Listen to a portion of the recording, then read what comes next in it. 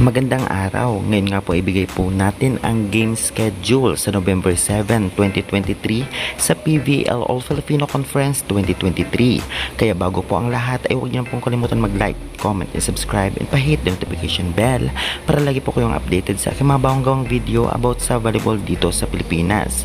Kaya wag na po nating patagalin pa. Ito na po ang game schedule. November 4, 2023 Tuesday, first game 2 p.m. NX-led Chameleons versus Chocomocho Flying Titans. At ang second game naman po 4 p.m. Farm Fresh Foxes versus Efto Logistics Cargo Movers. At ang last game naman po 6 p.m. Galleries Tower High Risers versus Signal HD Spikers. At ang venue po nito ay sa Pel Sports Arena. Mapapanood din po ninyo ito ng live sa One Sports or One Sports Plus kung kayo po ay may cable, at meron din po sa internet kung kayo po ay may browser. Search nyo lamang po PVL Live or PVL PH. Sa ngayon nga po ay namamayagpag sa team standing ang Petrogas, Creamline, Chocomocho, PLDT at Cherry Pigo.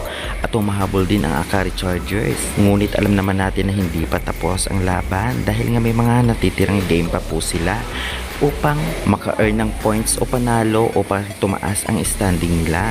Sa first game nga ay nakaka-excite ang labanan ng NX-led Chameleons versus Chocomocho dahil alam naman natin na kahit bagong team pa lamang ang NX-led ay napakalakas na nito. Ngunit talaga naman nag-stand out ngayon ang Chocomocho, kaya naman hindi natin alam kung sino nga ba ang mananalo at kung sino nga ba ang makakaisang set man lamang.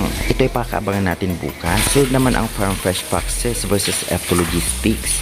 Alam naman natin na nakaisang set din ang Farm Fresh sa malakas din na team na Signal, kaya naman posibleng matalo at bigyan ng magandang laban ang F2 nito, kaya good luck na lamang. Sa last game naman ay maghaharap ang Galleries versus Signal HD Spikers na alam naman natin suntok sa buwan kung matatalo ng Jerflor ang Signal, ngunit malay po natin dahil nga bilog ang bola, kaya good luck na lamang Galleries sa laban ninyo kontra sa Signal HD Spikers. Kaya guys, excited na ba kayo para sa November 7? Kumbaga, i-comment na yan at huwag kalimutan na mag-like, subscribe for more updates.